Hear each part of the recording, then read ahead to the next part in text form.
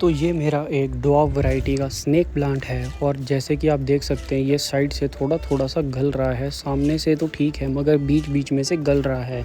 तो आज की इस वीडियो में हम देखेंगे कैसे हम अपने स्नेक प्लांट को, मरते हुए स्नेक प्लांट को बचा सकते हैं। ये कम्प्लीटली गल रहा है, इसकी रूट्स में देखते हैं फंगस है कि नहीं है या ये किस कारण से जल रहा है, आके हम पता लगाते हैं।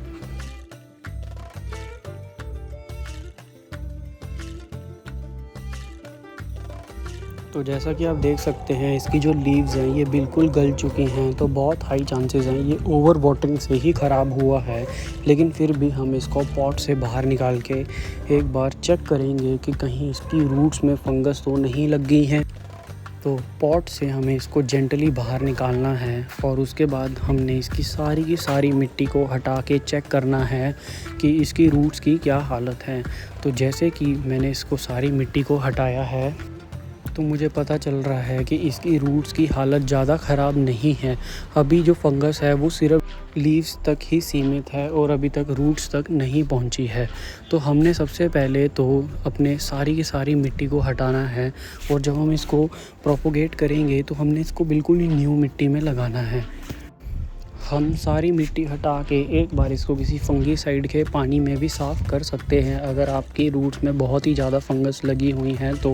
लेकिन मेरे केस में ऐसा नहीं है, तो मैं सबसे पहले सारी की सारी गंदी जो लीव्स हैं, गले हुए जो लीव्स हैं या मुझे लग रहा है जो गल सकते हैं या थोड़े मुरझाए हुए हैं, उन सभी लीव्स को मैं अपने प्लांट से अलग कर दूंगा। उसका कोई भी काम नहीं है और अगर हम लगे रहने देंगे तो वो लीव्स हमारे न्यू प्लांट में भी फंगस का अटैक कर सकते हैं। और हमने जो हमारे सही लीव्स हैं उनको हमें अलग कर देना है, बेशक ब्रांच के साथ अलग हों या ब्रांच के बिना अलग हों, उन सबको हमने अलग कर देना है। और कई बार हम ये देख सकते हैं जैसे इस प्लांट में मेरे फंगस जो है अंदर तक जा रही है तो हम ऐसे लीव्स को भी हटा देंगे, मगर जो बिल्कुल साफ़ लीव्स हैं हमें सिर्फ उसी को आगे कंटिन्यू करना है। सारे प्लांट्स की काटा पीटी करने के बाद हम इसकी मिट्टी तैयार करेंगे जिसमें हम थोड़ा सा सैंड लेंगे और नॉर्मल गार्डन सॉइल लेंगे। इसमें हम कोई भी तरह से कोकोपीट या फर्टिलाइज़र का इस्तेमाल नहीं करेंगे। नॉर्मल सैंड में और मिट्टी में ही इसको लगाएंगे। सैंड इसलिए ताकि इसमें पानी ना खड़े ज़्यादा देर के लिए, और हम अपने मिट्टी में कोई भी एक अच्छा सा फंगीसाइड भी मिला देंगे ताकि फिर से हमारे न्यू प्लांट में कोई भी फंगस की प्रॉब्लम ना आए।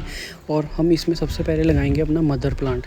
ये इसमें बहुत ज़्यादा रूट सिस्टम अभी भी बचा हुआ है तो हम इसको सेपरेट पॉट में लगा देंगे और जो इसकी लीव से हम इसको प्रोपोगेट करेंगे उसको हम सेपरेट पॉट में लगाएंगे। ये जो मिट्टी है इसके अंदर हमने कुछ भी तरह का केमिकल फर्टिलाइज़र बिल्कुल भी नहीं डालना है, ना ही खाद डालनी है। इस बात का हमें खास ध्यान रखना है क्योंकि जब प्लांट हम मरते हुए बचा रहे होते हैं तब उसको खाद की ज़रूरत बिल्कुल भी नहीं होती है। अब जो इसकी बची हुई लीव्स हैं जिनमें रूट्स हैं या रूट्स नहीं हैं उसको हमने मिट्टी में लगाना है और उससे पहले उस पे हम एलोवेरा से उसको साफ़ करेंगे ताकि उस पे किसी भी तरह का कोई भी फंगस या कोई भी कीड़ा ना लगे, ना बचे। ये बहुत ही ज़रूरी होता है अगर हम किसी को भी प्रोपोगेट कर रहे होते हैं, कोलियस को, स्नेक प्लांट को, तो इनमें ये चीज़ लगाना सबसे बेस्ट रहता है। उसके बाद सारे लीव्स लगाने के बाद हम इसको एक बार अच्छे से पानी दे देंगे और किसी शेडेड एरिया में कम से कम 15 से 20 दिन के लिए रखेंगे। और इस पूरे प्रोसेस में हमारी मिट्टी सूख जाए कोई चक्कर नहीं, मगर ओवर वाटरिंग बिल्कुल भी नहीं होनी चाहिए वरना लीव्स गल जाएंगी। Thank you.